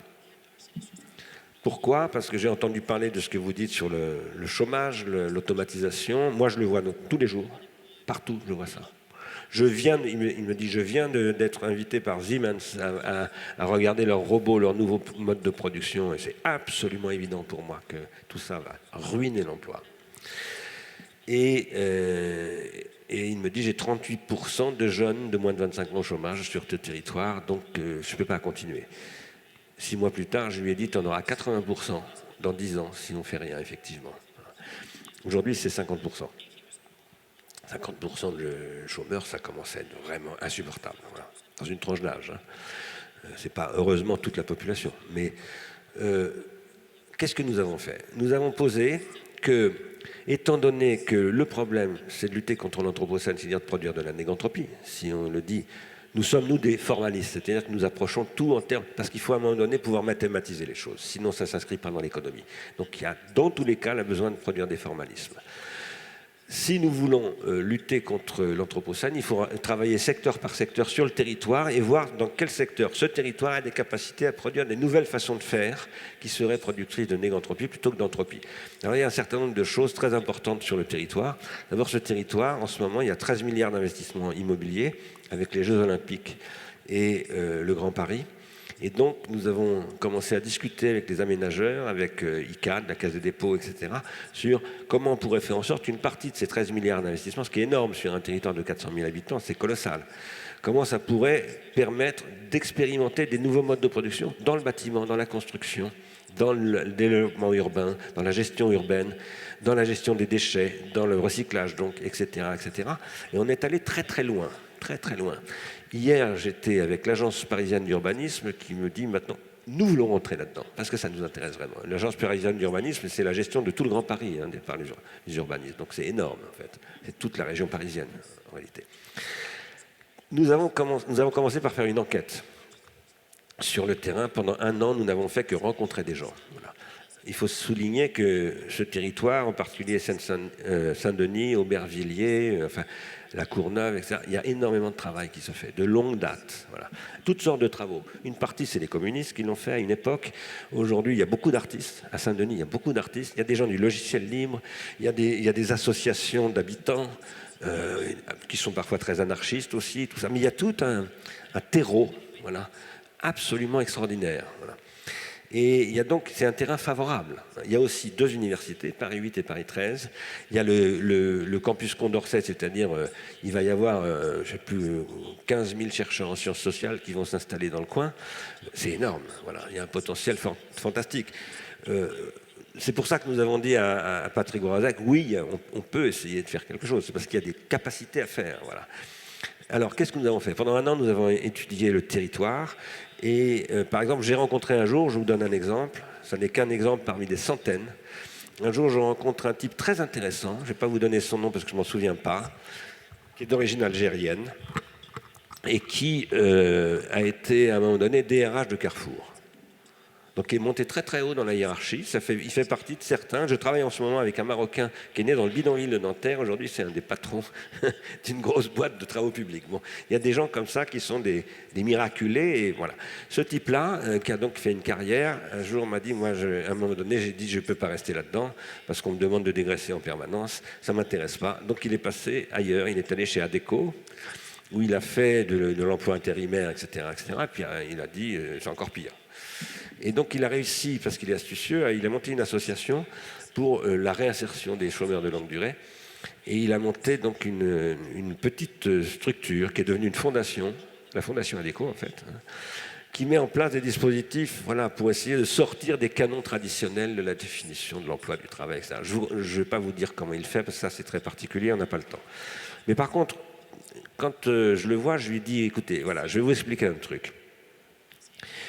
Nous travaillons en essayant d'intégrer à la fois la définition de la prolétarisation par Adam Smith et Karl Marx entre 1776 et 1848, et la définition de la capacitation et de l'incapacité par Amartya Sen en 1976. Alors Amartya Sen, qui est? C'est un économiste indien que je crois que tout le monde connaît aujourd'hui. Il a été prix Nobel d'économie. Il a redéfini des critères de développement humain pour l'ONU. Il a été même missionné par Nicolas Sarkozy, ce qui n'a pas donné grand-chose. Mais Amartya Sen, c'est un monsieur qui, quand il était jeune, il était encore jeune, il était économiste, il travaillait au Bangladesh, qui est d'ailleurs son pays. Et il travaillait sur l'économie de famine. Pourquoi? Parce que le Bangladesh était en famine presque tout le temps. Et dans les situations de famine chronique, il y a une économie. Il y a des gens qui qui transportent, qui commercent, etc. C'est une économie de très grande misère, mais c'est une économie quand même. Et il travaille là-dessus en essayant de faire, un peu comme Younous, des gens comme ça, de faire que ces économies-là deviennent finalement meilleures. Et voilà. Et il fait une découverte absolument extraordinaire. Il étudie des gens qui sont en famine, qui n'ont pas le minimum vital pour se nourrir. Et qu'est-ce qu'il découvre? Eh bien que les Bangladais, mâles, pas les femmes, parce que les femmes ont des problèmes lorsqu'elles accouchent ou lorsqu'elles allaitent, elles sont beaucoup fragilisées par l'accouchement et l'allaitement, bon, beaucoup de femmes meurent. Mais les hommes du Bangladesh, en pleine famine, vivent plus longtemps que les habitants de Harlem, mâles. Leur espérance de vie est supérieure. Et je dis, qu'est-ce que c'est que ça? C'est pas possible. Pourquoi c'est pas possible? Parce qu'Harlem, à cette époque-là, c'est le quartier pauvre, certes, mais de la ville la plus riche du monde. New York, à cette époque, Manhattan, on est en plein dans les 30 Glorieuses. Il n'y a pas encore eu le choc pétrolier. Enfin bon, tout tourne à fond. Voilà, il y a des écoles, il y a des hôpitaux, il y a une soute à l'égout, il y a l'eau courante, etc. Et pourtant, l'espérance de vie des habitants d'Harlem est inférieure à des gens qui n'ont ni l'eau, ni les égouts, ni la justice, ni la nourriture. Rien. Alors Sen va démarrer son travail en essayant de comprendre ça. Et 4 ans plus tard, il va élaborer une théorie de ce qu'il appelle les capacités. Il dit, en fait, ces gens-là ont maintenu leurs capacités. On appelle ça aujourd'hui leur résilience. Voilà. Mais ces capacités, moi j'ai lu Sen, j'ai étudié tout ça, et je dis que ce sont des savoirs. Ce n'est pas des savoirs académiques, ce n'est pas des savoirs qu'on vous enseigne à la Sorbonne ou au Collège de France, ce sont des savoirs élémentaires. Savoir élever son enfant, savoir vivre, savoir recevoir quelqu'un chez soi, être hospitalier, savoir respecter son voisin, etc. Tous ces trucs que le marketing a détruits, en fait, voilà, en grande partie. Parce que, moi, je pense que vous tous, vous faites la remarque, on se dit jamais bonjour, etc. Moi, je dis toujours bonjour et on me répond presque plus jamais. Bon, et je continue à le faire parce que je pense que c'est une question éthique et que par ailleurs, ça va finir par revenir. Voilà. Mais ce sont des questions absolument fondamentales qui sont des savoirs élémentaires. Je vous en parle parce que je parlais de cela avec ce monsieur ex-DRH de Carrefour, devenu patron d'Adecco, et puis finalement ayant abandonné tout ça, et sur Saint-Denis ayant créé cette association pour les chômeurs de longue durée. Et il me dit, vous savez, c'est génial que ça y a, parce qu'ici, à Saint-Denis, là c'est Harlem, là c'est Dhaka, là c'est le Bangladesh. Là, c'est Harlem, eux, ils sont là depuis 30 ans, ils sont à la coque, enfin pas à la coque d'ailleurs, mais ils ont des problèmes de diabète, de cholestérol, de violence, etc., etc. Et puis là, c'est des Africains qui viennent d'arriver, ou des Indiens, ou des Asiatiques, etc. Et ils ont une culture de leur pays qu'ils amènent ici, etc., etc. Alors, pourquoi est-ce que je dis une culture de leur pays? En ce moment, je travaille sur un projet très, très, très ambitieux, qui est loin d'être encore consolidé. Hein. Il y a des choses avancées dans plein de communes. Par exemple, la clinique contributive dont je vous parlais tout à l'heure, elle est avancée, elle est même financée. Emmanuel Faber, avec ses deniers personnels, c'est le président directeur général de Danone, a apporté 300 000 € pour qu'existe cette clinique contributive. Donc elle est garantie de vivre pour 3 ans. Il y a d'autres projets qui sont encore tout à fait embryonnaires, ne serait-ce que parce qu'ils exigent, par exemple, des travaux d'études très approfondis. Tout à l'heure, nous sommes venus avec un taxi qui avait une voiture toute électrique. Moi, à chaque fois que je prends une voiture toute électrique, je demande au chauffeur qu'est-ce qu'il pense de sa voiture, comment elle fonctionne, etc., etc. Si je vous dis ça, c'est parce que hier, j'étais avec l'atelier d'urbanisme de Paris, et qui est très concerné par le fait que Anne Hidalgo, maire de Paris, a décidé qu'à partir de 2023, les voitures diesel pourront plus rentrer dans Paris, ou 2024, je crois qu'elle a différé d'un an, et en 2030, les voitures thermiques en général. D'ailleurs, j'ai convaincu une amie à moi qui est dans la salle qu'elle pouvait vendre sa voiture maintenant, que c'est plus la peine, il vaut mieux se déplacer autrement dans Paris. Voilà. Maintenant, si vous regardez ces chiffres-là à l'échelle nationale, ça veut dire que, grosso modo, c'est Stuttgart qui a commencé par faire ça, puis ensuite Paris fait pareil, Lyon va certainement faire pareil, etc., etc. En fait, dans 10 ans, les voitures thermiques ne pourront plus rentrer dans les villes, en tout cas dans les métropoles. Ça fait 30 millions d'automobiles qui seront plus capables de circuler normalement. Mais ces 30 millions d'automobiles, il y a des crédits dessus. Les caisses sont en bon état, ce sont des voitures, parce qu'aujourd'hui les gens changent les voitures assez souvent, et ce sont des voitures en bon état. On ne peut pas les mettre à la casse, ça serait un scandale écologique de les mettre à la casse. Donc nous travaillons avec des mécaniciens d'Afrique de l'Ouest, surtout, pas seulement, mais surtout l'Afrique de l'Ouest, Sénégal, Mali, il y a 140 nationalités en Seine-Saint-Denis, hein, enfin à pleine commune, 140 nationalités, 140 langues. Voilà. Et il y a des gens là qui sont des mécaniciens absolument fabuleux, qui sont capables de vous réparer votre voiture pour n'importe quoi. Ça m'est arrivé, moi une fois je suis passé à Gué dans un oued du sud marocain à la limite du Sahara, j'ai cassé la tâche de mon moteur est tombé dans la rivière. Et il y a un monsieur qui passait en mobilette qui m'a dit « Ah, on va vous envoyer quelqu'un. » Et ensuite, il y a un monsieur qui est venu avec une mobilette aussi, et qui m'a dit « Je suis le forgeron. » Il a regardé, tout, il m'a dit « Oh, faut attendre, vous allez venir voir du thé au village. » Et 3 heures après, mon moteur était réaccroché, et il m'a sorti la pièce en alu, il m'a dit « Ça vaut rien du tout. Moi, je vous ai mis une pièce, jamais elle ne recassera. » Et c'était un forgeron. Alors ça, vous savez comment ça fonctionne, hein. La mécanique au Sénégal, c'est des gens qui récupèrent des voitures françaises beaucoup, qui sont considérées comme ne pouvant pas rouler, ils les remettent en route et ils les refont fonctionner. Voilà. Donc c'est une économie de la récup, comme on dit. Saint-Denis, c'est de la récup. Paprec, l'industriel du recyclage du papier usé, c'est à Saint-Denis. Et il y a énormément d'entreprises de récupération. La récupération, c'est d'éviter de jeter des choses, c'est-à-dire de diminuer l'empreinte CO2. Hein. Donc nous disons qu'il faut revendiquer la culture de tout ça. Et par exemple, ces mécaniciens de rue, nous travaillons avec un anthropologue qui est un anthropologue lui-même africain, qui fait l'anthropologie de la mécanique de rue en ce moment. Eh bien, ces mécaniciens de rue, nous sommes en train de travailler avec eux et des industriels pour qu'ils deviennent des gens qui vont former des jeunes à recycler, à motoriser en électrique des voitures thermiques. C'est pas simple, parce qu'une voiture thermique, ça n'a pas le poids des batteries. Donc ça n'a pas le même centre de gravité qu'une voiture électrique. Donc il y a beaucoup d'ingénierie, c'est compliqué, c'est pour ça que ça ne va pas démarrer tout de suite. Et il est même certain qu'on ne pourra pas tout recycler. Mais on pourra recycler un certain nombre d'automobiles et avec certainement des aides pour pouvoir les recycler. Mais ce que je suis en train de vous dire là, c'est quand vous allez voir un industriel d'automobile, et je suis allé en voir des industriels d'automobile, ils vous disent ça on ne peut pas faire, on ne sait pas. Il n'y a plus de métier chez nous. Et c'est là que Richard Sennett est important. Ça ramène à Richard Sennett. Et justement, puisque lui, c'est ce qu'Amartya Sen appelle cette capacité. Richard Sennett, dans son livre formidable Ensemble, qui est l'inspiration pour le thème, en fait, de ces Luma Days, il parle du skill et de la part du skill of cooperation. Donc, c'est il appelle la coopération un skill.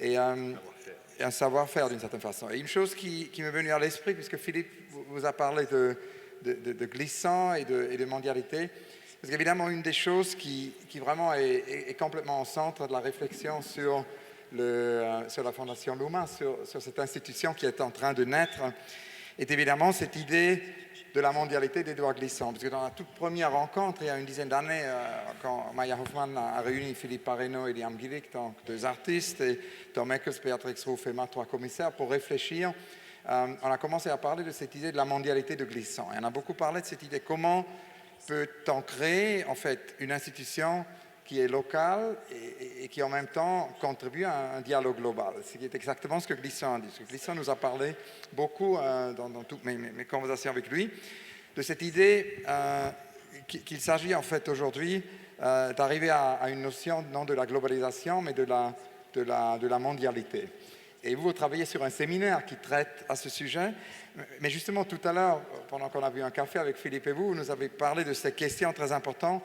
Comment peut-on aujourd'hui être local sans être localiste? Ce qui me paraît très lié à la question de Glissant. Comment peut-on être pour la mondialité et contre la globalisation? Comment peut-on être local mais contre le localisme? Donc, je voulais vous demander de nous expliquer un peu plus sur ça. D'accord. Alors d'ailleurs, je vais préciser que nous faisons un séminaire dans ce groupe Genève 2020 sur Édouard Glissant, sur Archipel, sur la notion d'archipel, en Équateur, à Guayaquil, au mois de juillet, parce que nous considérons qu'en effet, il faut reprendre des notions, des concepts d'Édouard Glissant pour essayer de penser ce que j'appelle moi la remondialisation. En France, on a beaucoup parlé de la démondialisation. Deux personnes un peu à l'opposé de l'échiquier politique, par exemple Arnaud Montebourg parlait de démondialiser. Ça voulait dire déglobaliser. Et puis il y a un parti de la remondialisation, un des nombreux petits partis presque à l'extrême droite, voilà, qui parle de ça. Nous disons que c'est un malentendu. La globalité, c'est pas du tout la mondialité. La globalité, la globalisation, c'est voilà, la destruction des mondes. C'est la production de ce que, il n'y a pas très longtemps, Jean-Luc Nancy a appelé l'immonde. Voilà. C'est la destruction des mondes. Donc il ne s'agit pas de démondialiser, il s'agit de remondialiser. Mais un monde, c'est toujours local. Par exemple, je parlais tout à l'heure de cette rivière au Maroc où j'avais cassé un moteur, une attache de moteur. J'étais allé là. Pourquoi est-ce que j'étais allé là? Parce que la localité est absolument inouïe. C'est la vallée du Dadès, etc. C'est une beauté absolument inouïe. Voilà. C'est une localité. Et dans cette localité, il y a une gentillesse, une bienveillance des habitants absolument incroyable. C'est un monde. C'est un monde. C'est le monde des habitants à la lisière du Sahara et de l'Atlas. Voilà. C'est un monde. Ces mondes, il faut les reconstituer. Ce n'est pas pour des raisons de défense du patrimoine, comme on dirait. Voilà, il y a aussi de très bonnes raisons de dire cela. Mais ce n'est pas du tout la question là. La question, c'est de défendre l'économie. Vous savez, je parlais d'Alfred Lotka tout à l'heure. En fait, c'est par un économiste que je l'ai découvert. Cet économiste était Nicolas Georgescu-Roegen, qui était l'assistant de Joseph Schumpeter. Et Georgescu-Roegen connaissait Lotka, parce qu'ils étaient mathématiciens tous les deux. Et en 1971, Georgescu-Roegen a publié un livre qui s'appelle, c'est pas traduit en français, The Entropy Law and the Economic Process, dans lequel il dit à Schumpeter, qui était son patron, votre théorie ne tiendra pas parce qu'elle ne tient pas compte de la théorie de l'entropie. Et c'est là qu'il a introduit Alfred Lotka, les organes exosomatiques, etc. Alors, si je dis cela, c'est parce qu'aujourd'hui, nous sommes confrontés à l'entropie et la seule manière de lutter contre l'entropie, c'est de reconstituer de la négantropie. Or, la négantropie, depuis Schrödinger, c'est tout à fait clair, est toujours locale. Ça veut dire qu'il faut reconstituer de la localité. Vous venez de parler d'Édouard Glissant. Moi-même, j'ai pas mal travaillé ces derniers temps, en particulier sur ces travaux. Et d'où part Glissant dans sa théorie du tout-monde et du diversel? Il part du jazz. C'est très très important. Il est comme tous les Antillais d'ailleurs. Moi, je connais beaucoup de musiciens antillais qui sont de très bons musiciens de jazz. Alain Jean-Marie par exemple. Un qui vient de décéder, j'arrive plus à retrouver son nom, un très très grand musicien qui est passé ici d'ailleurs, je ne me souviens plus de son nom. Bon. Il part du jazz. Et qu'est-ce qu'il dit? La musique, le jazz, qui au départ vient du blues, c'est-à-dire des chants de coton, et qui va s'articuler avec la radio et le phonographe. Voilà. J'ai écrit un article, c'est à cause de ça que j'étais directeur d'IRCAM, c'est parce que j'ai écrit un article là-dessus, en 1986, dans le premier numéro de la revue Inharmonique, qui était la revue d'IRCAM. J'ai participé à sa création avec un compositeur qui s'appelait Jean-Baptiste Barrière. J'avais un peu scandalisé Boulez, parce qu'au lieu de lui parler de Schoenberg, ou du décaphonisme, ou du domaine musical, je lui avais parlé de Charlie Parker. Voilà. Mais pourquoi est-ce que je me suis intéressé à Charlie Parker? D'abord parce que j'aime la musique, et puis que j'adore la musique de jazz, mais aussi parce que la musique de jazz, pour moi, c'était vraiment ce que dit Glissant. À l'époque, je ne connaissais pas du tout Glissant. Je connaissais par contre Jean-Louis Comolli qui avait écrit un formidable texte avec Philippe Carl qui avait pour titre Free Jazz and Black Power. Et qu'est-ce que c'est que l'histoire du jazz? C'est l'agencement entre des gens qui ont été arrachés à leur terre, esclavagisés, qui ont produit le blues, et ce blues qui lui-même, en s'articulant avec le phonographe et la radio, va produire finalement une des premières armes de guerre psychologique de l'armée américaine dans la Deuxième Guerre mondiale. Je dis cela parce que le jazz a été une arme psychologique. L'armée américaine a financé beaucoup de jazzmen pendant la Deuxième Guerre mondiale. Pourquoi? Parce que c'était d'une part remonter le moral des troupes avec les bandes, comme on les appelait, de jazz, mais c'était aussi le soft power américain. Le jazz, ça pénétrait en Italie, en France, en Hollande et tout ça. Coleman Hawkins a fait des disques extraordinaires en Europe. Et Glissant, il part de ça, en fait. Il part de ça parce qu'il a une racine commune. Son appartenance aux Antilles, qui sont les Antilles, ce sont des territoires de l'esclavage, en fait. Il part de ça et il reprend cette problématique-là, mais sur un registre qui est celui de la poésie et pas simplement de la musique. Alors, maintenant, la question du local est extrêmement dangereuse. Comme vous l'avez dit, il y a un mois, Marine Le Pen, enfin vous ne l'avez pas dit, mais vous l'avez connoté dans ce que vous disiez, un mois ou un mois et demi, Marine Le Pen, donc aujourd'hui présidente du Rassemblement national, a présenté son programme politique en s'appuyant sur les travaux d'ailleurs d'un économiste qui s'appelle M. Juvin, qui est un théoricien, qui développe ce qu'on appelle maintenant le juvinisme. Voilà. Et c'est un programme localiste.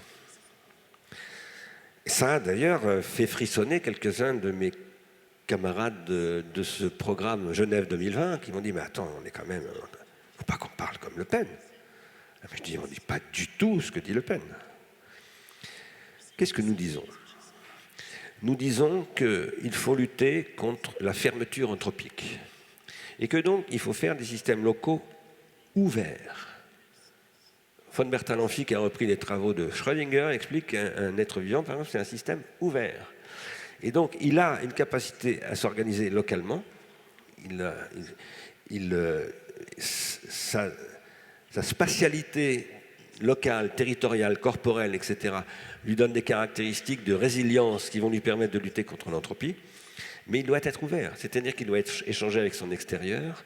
Et donc, la question d'aujourd'hui, par exemple, c'est de reprendre ce que dit Glissant, en cultivant l'ouverture par la localité, et par une localité qui n'est pas du tout régressive, mais au contraire intégrative. Voilà. Ce que décrit Schrödinger quand il parle de cette localité, c'est une localité qui agrège en permanence, c'est-à-dire qui intègre, et non pas qui exclut. Voilà. Quand la localité exclut, elle meurt en réalité. Donc s'il faut, c'est montrer que le localisme de Madame Le Pen est une escroquerie scientifique, philosophique, juridique, économique, etc. Après, il ne faut pas se cacher que si Marine Le Pen, je parle de Marine Le Pen, mais dans 3 jours je vais en Pologne, la semaine dernière j'étais en Italie, etc. Si les extrêmes droites sont partout, et puis vous le savez bien, hein, il est extrêmement probable que le résultat des élections européennes ne va pas être très réjouissant, en tout cas compte tenu de mes convictions politiques.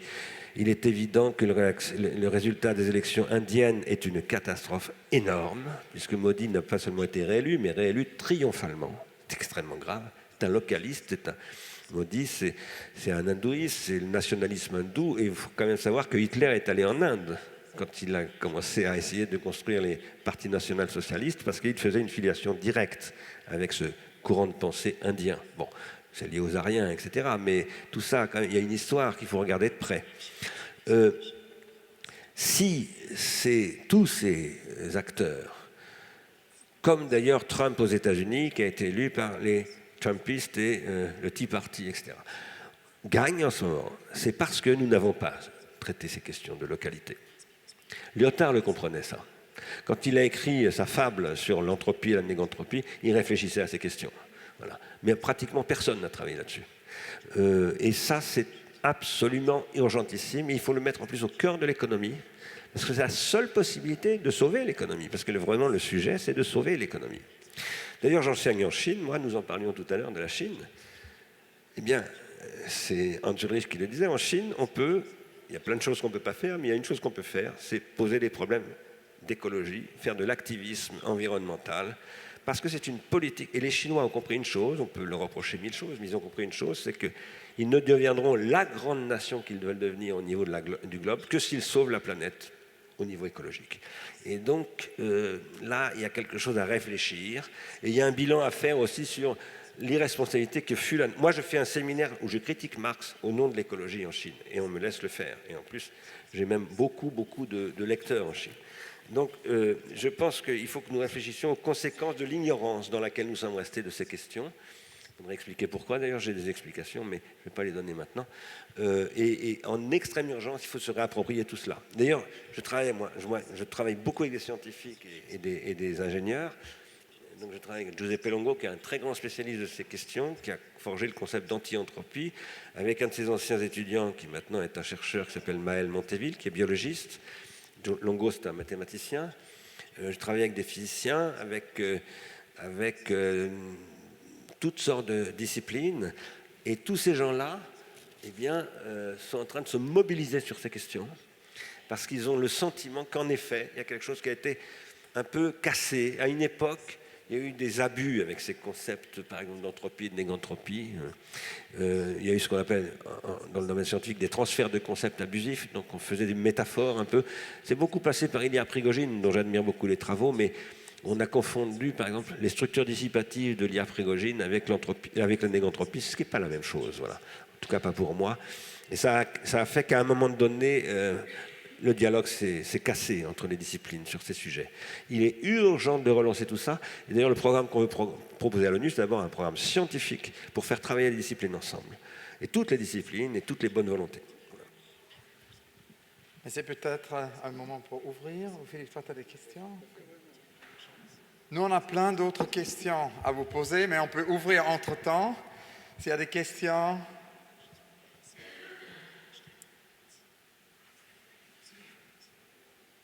Oui, Luc. Si vous pouvez avoir un microphone, s'il vous plaît, pour Luc Saucier. Oui, merci beaucoup. Vous avez dit qu'il nous restait à peu près 11 ans pour bifurquer, et ensuite peut-être 10 ans, sans rentrer dans le détail du calcul, etc., parce que c'est assez anxiogène. Qu'est-ce qui vous avait permis d'arriver à ces 10-11 ans avant que ce soit fatidique? Alors ça, c'est pas moi, hein. C'est le GIEC, dans son dernier rapport, qui disait déjà en 2014 qu'il nous restait jusqu'en 2050, donc à l'époque c'était 30 et quelques années. Vous savez, hein, le GIEC a fait 2 nouveaux rapports intermédiaires avec des chiffres malheureusement beaucoup plus graves que ce qui était dit en 2014, ce qui n'était déjà pas réjouissant du tout, hein, parce que dire on n'a que 30 ans, on disait déjà à l'époque, mais on n'y arrivera jamais. Mais maintenant ils disent non, c'est 12 ans. Et puis c'est aussi ce que disent... des pétitionnaires, des scientifiques du monde entier, surtout des biologistes, qui ont publié le 13 novembre 2017 un appel qui a été publié dans la revue d'Oxford Bioscience. Ils sont 15 500 et quelques à avoir signé ce texte en disant les 10 ans qui viennent sont décisifs. Si on ne réagit pas maintenant, dans les 10 ans qui viennent, ça sera fini. En 2012, dans Nature, était paru un autre texte qui s'appelait The Shift, je crois, publié par 22 Américains. Ils n'ont plus le droit de s'exprimer aujourd'hui, à l'époque de Trump, hein, ces gens-là. C'est important de le souligner quand même, parce que la dictature, elle est aussi de ce côté-là. Hein. Ne plus avoir le droit de parler, c'est quand même un problème aux États-Unis, mais personne ne dit rien. Mais 22 grands scientifiques des États-Unis avaient déjà dit ça en 2012. C'est anxiogène, mais c'est anxiogène tant qu'on ne voit pas qu'il y a des possibilités de répondre. Bergson explique dans un de ses textes que quand vous allez très très mal, vous avez des angoisses, ça faut agir.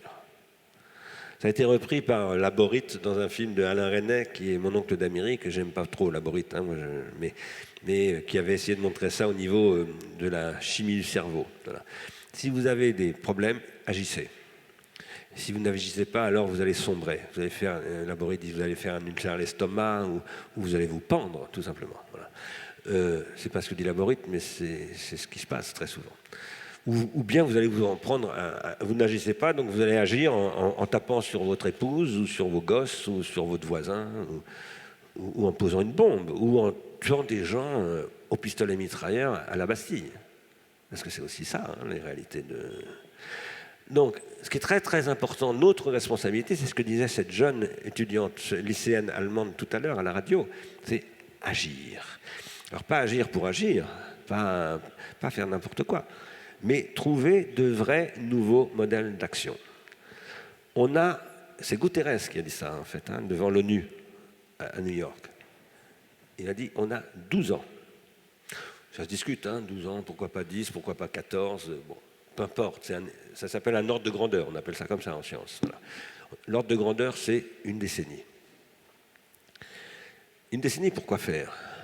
Pour ouvrir une nouvelle perspective, qui va créer une nouvelle dynamique qui elle-même aura plusieurs décennies pour se concrétiser. Après, il y aura de la casse dans tous les cas. Hein. Vous avez peut-être entendu dire, il y a 2 jours, que je crois qu'ils sont 8 océanographes américains ont publié un rapport absolument effrayant. Disant, on nous annonçait 95 cm de montée des eaux, maintenant ça sera 2 mètres. 2 mètres. Et donc, moi je discute beaucoup au Kerala. Le Kerala est 30 millions d'habitants au bord de l'eau. Ils doivent tous quitter leur maison. Tous. Voilà. Et je dis le Kerala, mais Saint-Louis du Sénégal, pareil. Mais il y a aussi... il y a 2 ou 3, 4 ans, j'allais en Hollande, je posais des questions, mais ça ne vous inquiète pas le niveau de la montée des... Mais non, on trouvera des solutions, on a toujours trouvé des solutions. Je peux vous dire que maintenant, ils s'inquiètent vraiment. Maintenant, ce qu'il faut, c'est voir comment tout ça peut être renversé positivement. Et ça peut être renversé positivement. Ça va demander énormément d'efforts. Bon. Il faut faire, c'est pas Churchill du sang et des larmes pour résister au bombardement, c'est du sang et des larmes pour la paix. Ça ne peut que être renversé, évidemment, et c'est d'ailleurs là où Prigogine avait raison, puisqu'il a fait ce livre avec Isabelle Stengers, magnifique, sur les nouvelles alliances. Non, et ça ne peut qu'être renversé si on est ensemble, si on arrive à retrouver, comme dit Sennett, ce skill de la coopération. Et même si Philippe ne voulait pas que je l'interviewe, il voulait vraiment qu'on focalise aujourd'hui sur les questions qu'on a à Bernard, je voulais quand même poser une question à Philippe, puisque Philippe est un grand maître de la coopération et en fait de l'interdépendance, puisque non seulement beaucoup de tes travaux sont basés sur la coopération, sur la collaboration avec d'autres artistes, avec d'autres praticiens, mais aussi l'interdépendance dans les œuvres. On a parlé l'autre jour à Venise sur l'interdépendance dans les dernières installations, où il y a des bactéries, des agents humains, des agents non humains. Donc ça peut être intéressant si tu nous parles un tout petit peu de ce skill urgent, non, de la coopération qu'il nous faut retrouver pour sauver la planète. Ouais, non, c'était en fait parler de la conversation. C'est qu'au début, en fait, c'était évident pour moi que, pour moi et pour d'autres, Dominique est là dans la salle, c'était évident qu'il n'y avait pas, d'art sans conversation. Il n'y avait pas d'art sans négociation de l'apparition de la forme. Et je dirais même que c'était que ça qui nous intéressait, les conditions d'apparition d'une forme. Et il suffisait en fait qu'on soit 5 ou 6 à en parler de cette forme pour qu'elle puisse exister même comme virtualité. Puisque si on fait une définition très rapide du réel, il suffit que moi je ferme les yeux pour que la chose que je pense être réelle cesse pour moi, mais si elle continue d'exister pour un autre, elle est quand même réelle. Donc c'était la dimension, disons, 0 de l'objet. Et c'était une conviction. Donc, et je pense que les objets dont parle Bernard, ou ces hyper-objets, comme disait Timothy Merton, sont effectivement ceux auxquels on doit aujourd'hui s'attacher à produire localement, à condition qu'ils aient une résonance ils produisent un monde tremblant, qui contamine de proche en proche. Ça, c'est d'ailleurs aussi ce que disait Glissant, non? C'est Glissant a parlé de cette idée de l'utopie, non comme un truc totalisant, tout totalitaire, comme souvent l'utopie l'était, mais comme il parle de l'utopie tremblante. Et l'autre chose qui est intéressante, comme deuxième question que j'avais pour toi, Philippe, c'est que Sennett conclut le livre, et c'est très lié d'ailleurs à ce qu'on a discuté avec Bernard à Londres, sur cette idée que nous ne pouvons que retrouver ce skill d'une certaine façon de la coopération, de l'ensemble, si nous arrivons à libérer du temps. Il parle de ça à la fin, il dit d'une certaine façon qui est dans le travail contemporain, on a des short frames. Non? Donc dans ces short frames, on n'arrive pas à passer du temps l'un avec l'autre, l'une avec l'autre. Et ça nous ramène à l'association du temps libéré. Je voulais demander si tu pouvais nous parler de ça, puisque c'est important aujourd'hui, je pense, cette idée de l'association du temps libéré. Ça, c'est une idée qu'avait produit Pierre Huyghe il y a une vingtaine d'années, et qui était en fait cette idée qui était très proche d'ailleurs de Lyotard, cette idée d'un temps suspendu ou d'une flottation de l'attention, et qui était au cœur non, de sa pratique. On parle de Lyotard parce qu'on en a beaucoup parlé, mais quand même c'est important d'y revenir. Et cette idée effectivement que s'il n'y a pas cette attention, alors soit tremblante, soit flottante, on peut lui donner les qualités qu'on veut, il n'y a pas de production de forme. Donc c'était ça en fait que Pierre essayait de dire à ce moment-là, je pense. Et pour peut-être conclure sur le thème de l'ensemble, il y a de nouveau, Sennett nous parle de l'importance de l'empathie. Il dit que nous ne pouvons que arriver si nous allons au-delà de cette identification de la sympathie, parce que la sympathie est toujours une identification. Et il dit ce n'est que si nous dépassons ça, si nous allons retrouver une notion d'empathie. Je vais demander à Bernard de nous parler un peu de ça, de l'importance de l'empathie dans tout ce que vous nous décrivez aujourd'hui. Pour moi, l'empathie, c'est un processus d'intériorisation qui n'est pas identificatoire, effectivement. Alors, la sympathie, on en a besoin, parce qu'il faut, pour pouvoir travailler ensemble, il faut avoir une sympathie minimum, mais ce n'est pas forcément de l'empathie. L'empathie, ça va être vraiment de la co-individuation, c'est-à-dire c'est le fait qu'il va se produire des processus de transformation qui vont aller au-delà de la sympathie, c'est-à-dire au-delà, je dirais, de la synchronisation ou de la constitution de la solidarité du groupe, qui vont produire justement ce que j'appelais tout à l'heure de la négantropie. Et d'ailleurs, pour être plus précis, il faudrait appeler ça de l'anti-entropie, parce qu'aujourd'hui, dans la théorie de l'entropie, on distingue entropie, négantropie et anti-entropie, maintenant, ce qui est assez récent, ça fait une dizaine d'années. Et en fait, d'ailleurs, pour répondre à votre question, Anne Schulrich, j'ai envie de revenir sur une question que m'avait posée Philippe et à laquelle je n'ai pas répondu. En fait, tout à l'heure, je m'en suis aperçu en t'écoutant.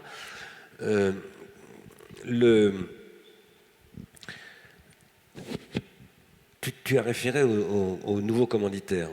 Et moi, j'ai une grande admiration pour le travail de François Hers, et à ces nouveaux commanditaires qui ont produit une nouvelle conception de la, je sais pas comment appeler ça, de la place de l'art, disons, dans la réalité sociale.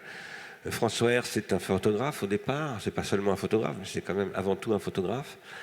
Il a été missionné il y a déjà longtemps maintenant, 30 ans au moins, par un organisme qui s'appelait autrefois la Délégation à l'aménagement du territoire et à l'action régionale, la DATAR, qui était quasiment un ministère, qui était une sorte de secrétariat d'État du ministère de l'aménagement du territoire, disons. Et il a fait une campagne photographique très importante, qui d'ailleurs été exposée, qui était donc une campagne photographique du patrimoine paysager de la DATAR, de tous les paysages dont s'occupait de la DATAR. Et à cette occasion-là, il a sillonné la France, il a rencontré beaucoup de gens et il a inventé cette association, parce qu'au départ, c'est devenu après une fondation, je crois, dont d'ailleurs Bruno Latour a été à un moment donné, je crois, un des responsables, ou un des accompagnateurs, qui s'appelait donc les nouveaux commanditaires, où le principe était de dire, autrefois, le pape commandait à Michel-Ange ceci, ensuite c'est Louis XIV, et puis finalement c'est la République française, je parle, général de Gaulle, François Mitterrand, et pourquoi pas les habitants ? Pourquoi on ne leur donnerait pas la possibilité de passer des commandes ? Parce qu'en fait, il disait, l'art est toujours produit d'une manière ou d'une autre par des commandes, y compris les commandes du marché qu'on ne voit pas forcément, voilà. Et donc, il a démarré toute une méthodologie. En fait, il a mis au point une méthode et que j'ai vu fonctionner, moi, particulièrement bien en Bourgogne, précisément. Il a intervenu dans toute la France, mais surtout en Bourgogne. Et j'ai assisté, alors malheureusement, j'arrive plus à retrouver le nom de l'artiste qui était associé à cela, qui était un travail formidable. Voilà, j'ai pu voir à travers un film que vous pourrez trouver sur le site des nouveaux commanditaires d'ailleurs, j'ai pu voir comment l'action des nouveaux commanditaires a totalement transformé un village. Un village qui disait, bon, on a appris qu'on pouvait, c'est un tout petit village, de 40 ou 50, je crois que c'était le plus petit village de France en plus, qui devait disparaître. On a appris qu'on a la possibilité, via la Caisse des dépôts, via ceci, de passer une commande d'une œuvre d'art. Or, on a une petite fontaine, là, du XVIIIe siècle, très jolie, on aimerait bien la restaurer, si un artiste pouvait le faire. Évidemment, l'artiste qui est venu a dit, mais c'est peut-être pas ce qu'on pourrait faire de mieux, etc. Ça a été compliqué, conflictuel, ça a duré 2 ans. Ça a parfois failli mal tourner, mais au bout du compte, une œuvre tout à fait différente a été produite, qui est absolument magnifique, et le village en a été absolument totalement transformé. Les gens en parlent, c'est extraordinaire. Alors, pourquoi? Parce qu'ils se sont co-individués dans une empathie qui était conflictuelle. Voilà. C'est très important de parler de ça, parce que c'est un exemple vraiment formidable, puisque c'est d'ailleurs aussi très lié à ce que John Latham et Barbara Stevini ont fait en Angleterre dans les années 60, puisque Barbara Stevini et John Latham ont fondé cette association qui s'appelle Artist Placement Group, APG, et eux, ils ont dit que exactement ce que vous décrivez, qu'une œuvre ou une présence d'un artiste ou d'une artiste dans un village avec la population peut être transformatif. Ils disaient la même chose peut arriver quand on met un artiste ou une artiste au sein d'un organisme, d'une entreprise ou d'un gouvernement. Donc John Latham et Barbara Stevini ont dit que chaque entreprise et chaque gouvernement ont besoin d'un artiste ou d'une artiste. Et non seulement une résidence de quelques mois, non, toujours. Qui a un bureau et qui a toujours l'artiste qui est placé là-dedans. Et ça a créé de nouveau, comme dans ces villages, des résultats incroyables. Et la raison pour laquelle je suis très heureux qu'on évoque cette initiative, c'est que Xavier Dourou, que nous devons nous rappeler de Xavier Dourou aujourd'hui, puisqu'il était tellement fondamental aussi pour ce projet, avec François Hertz, évidemment pour l'amener en Bourgogne, m'a raconté une fois, Philippe, qu'il avait un projet avec toi. Et comme tu sais, ça m'intéresse toujours de parler des projets réalisés, mais aussi des projets non réalisés. Nous savons beaucoup sur les projets non réalisés des architectes, mais nous savons très peu sur les projets non réalisés des artistes. Ils sont très peu documentés. Donc je serais très curieux de savoir si tu pouvais nous parler un peu de ton projet non réalisé pour les nouveaux commanditaires dans un village aussi, je pense, en Bourgogne, non? Oui, c'était les rivières. C'était un projet sur les rivières, les canaux de Bourgogne, qu'il fallait que les habitants voulaient recommencer à retrouver, disons, joyeuses et empruntées. Donc il y avait des problèmes d'électricité, de tunnels qui n'étaient pas éclairés, donc les gens avaient peur de les passer. Et puis l'envie aussi d'avoir des ponts pour pouvoir passer en fait d'une rive finalement à l'autre. Et comment alimenter ces ponts, comment trouver en fait un usage pas uniquement piétonné, mais un peu comme les ponts au-dessus des autoroutes où les gens mangeaient en regardant les voitures passer. Donc retrouver des usages en fait, quoi. Le projet s'est pas fait, c'était long, mais on a rencontré beaucoup de gens, on a fait avec François Roche, avec d'autres, sur ce projet qui n'a pas été réalisé, mais il y en a eu plein qui sont réalisés. Mais moi, par rapport à ce que vous disiez, je pense qu'il faut mettre cela au cœur de l'économie aujourd'hui. Et de toute l'économie. Alors quand je dis de toute l'économie, je répète ce que je disais tout à l'heure, toute l'économie ne va pas se reconfigurer comme cela. Il y a des secteurs de l'économie qui resteront dans 20 ans ou dans 50 ans les mêmes modes de production, les mêmes voilà, qu'aujourd'hui. Mais en revanche, la différence se fera par rapport aux enjeux qui sont les nôtres dans les secteurs qui vont être capables de se transformer.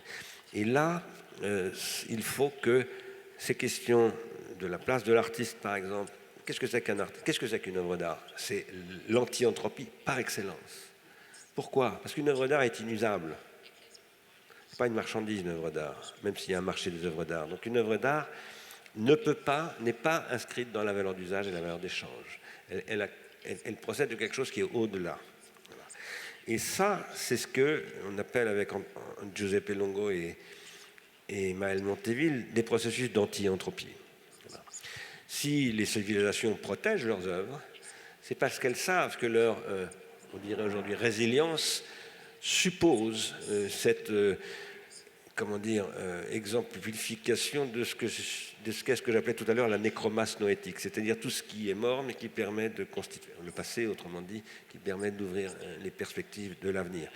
Maintenant, alors moi je me réfère beaucoup à Beuys, pourquoi? Parce que Beuys, bon, comprenez-moi bien, je ne suis pas un boycien, ce serait absolument ridicule, mais par contre, ce que je pense, c'est qu'il a dit une fois que le Parti des Verts était son œuvre la plus importante, et je pense que c'est extrêmement important aujourd'hui de revendiquer ça. Ça ne veut pas dire qu'il faut reposer les problèmes comme il les posait à son époque, mais par contre, ça veut dire qu'il avait quand même posé les bons problèmes, voilà, et qu'il faut le revoir. Et alors cela, par exemple, la clinique contributive dont je vous parle, bon, nous soignons des jeunes enfants et des parents qui se sont aperçus au bout d'un certain temps, ce sont surtout les mères de famille malheureusement qui sont d'abord exposées, qu'ils ont fait des bêtises avec leurs enfants. Alors pourquoi est-ce qu'ils ont fait des bêtises? Par exemple, en Seine-Saint-Denis, il y a beaucoup de jeunes femmes, très souvent isolées, pas toujours, mais qui se retrouvent avec un enfant à élever, elles ne savent pas le faire téter, elles ne savent pas s'en occuper, et en plus maintenant les hôpitaux les mettent dehors, au bout de 2 jours. Donc il n'y a plus d'accompagnement en maternité. Autrefois, on ne pouvait pas mettre une femme avant 10 jours dehors. Maintenant, c'est terminé ça. Et donc j'ai rencontré une pédopsychiatre qui s'appelle Marie-Claude Bossière, qui un jour m'a dit, moi je recueille des mamans comme ça, je m'occupe d'elles, parce que les services sociaux me téléphonent, il faut s'en occuper, il faut les accompagner, donc il y a des assistantes sociales, et puis il y a la pédopsychiatre de service, qui est moi, je m'en occupe. Et donc, alors qu'est-ce que je fais? J'essaye de les accompagner, de les aider à mettre en place la tétée, c'est d'abord le premier problème à résoudre, et ensuite j'accompagne dans la durée. Et elle me dit, depuis quelque temps, nous constatons, mes confrères et moi, que beaucoup de mères, de ces jeunes mères, qui n'arrivent pas à faire téter, utilisent les smartphones pour faire que le bébé prend le sein. Un bébé qui sort du ventre maternel ne voit pas, mais il perçoit les luminescences et les mouvements des écrans. Donc ces petits bébés sont exposés à leur sortie du ventre maternel, quasiment, à ces trucs-là. Et 3 ans plus tard, je les récupère, dit-elle, ils sont autistes. Enfin, plus exactement, ils ne parlent pas, ils ne regardent jamais les gens dans les yeux, ils ont tous les symptômes de l'autiste. Mais en fait, me dit-elle, ce ne sont pas des autistes. Ce sont des gens qui ont été, des jeunes, des enfants dont les synapses ne se sont pas développées correctement, et alors elles travaillent avec les parents à reconstruire. Alors ça, c'était il y a 2 ans, 2 ans et demi. Aujourd'hui, nous avons créé une clinique contributive où nous employons la méthode, dont, comme je disais tout à l'heure, des alcooliques anonymes. Ces parents, parce qu'elle en a soigné des parents et des enfants, et il y a des parents absolument formidables qui ont fait ce parcours extrêmement difficile. C'est terrible de se dire j'ai exposé mon enfant prématurément et tout ça, c'est abominable. Donc pour se soigner de ça, il faut soigner les autres. Et donc aujourd'hui, nous travaillons avec des gens comme ça et avec des puéricultrices, des assistants de puériculture, des psychologues, des comment on appelle ça, diététiciennes, etc. Et avec le soutien d'Emmanuel Faber, la Fondation des Bois. Nous travaillons à quoi? Eh bien, à faire que nous constituions une équipe avec les parents et les enfants, où nous étudions Donald Winnicott, Gregory Bateson, etc. Nous essayons aussi de savoir comment fonctionne un smartphone, comment sont conçus les réseaux, etc. Et nous déconstruisons tout cela. Alors, nous ne demandons pas aux puéricultrices de participer à un séminaire toutes les 2 semaines sur Winnicott ou sur Bateson, parce que malheureusement, elles sont surchargées de travail, donc elles sont fatiguées. Mais nous faisons un séminaire avec des chercheurs dans ces domaines et des médecins, etc. Et après, nous faisons une restitution. Nous utilisons les méthodes aussi de François Toscaïès, qui avait inventé la psychiatrie institutionnelle, et le club, ce qu'il appelait le club. Nous essayons de faire une espèce de club. Tout ça, ça se passe dans un centre de protection maternelle et infantile. Et nous faisons ça depuis le mois d'octobre. Et par exemple, nous avons des discussions ensuite sur qu'est-ce que c'est que l'espace transitionnel chez Winnicott. Pourquoi on parle chez Gregory Bateson de cybernétique du soi? Et nous avons cette discussion avec ces gens-là. Eh bien, ces gens-là, je vais vous dire une chose, ils nous disent c'est génial, on a retrouvé le sens de la vie, on ne nous prend pas pour des imbéciles, on est tout à fait capable de lire Winnicott, on en bave, c'est pas facile, mais ça nous parle, parce que Winnicott parle des mômes et des mères, ben nous on s'occupe de mômes et de mères, ou bien on est des mômes, on est des mères et des mômes. Donc voilà, et ça marche très très bien. Ce que je veux dire en disant ça, si je tiens à souligner, c'est parce que c'est un processus de déprolétarisation. C'est-à-dire que là, on est dans l'optique où on se dit, où on pose en principe que n'importe qui peut accéder à toute forme de savoir et que l'important, c'est de reconstruire du savoir. Et non pas de mettre les smartphones à la poubelle, mais de véritablement réinventer le monde contemporain en fonction de ce genre de démarche. Ça ressemble beaucoup à celle des nouveaux commanditaires, pour moi, sur ce plan-là. On ne pourrait pas avoir une conclusion meilleure de cette discussion, ça nous ramène aussi à Forma Fantasma, qui évidemment, eux, comme designers, font exactement ça. Ils réutilisent tous ces smartphones et créent des nouvelles réalités. Ça nous ramène à l'atelier Luma. On peut regarder aussi l'exposition jusqu'à côté. C'est très, très connecté. Vraiment, merci infiniment à Bernard, à Philippe. Merci à vous tous.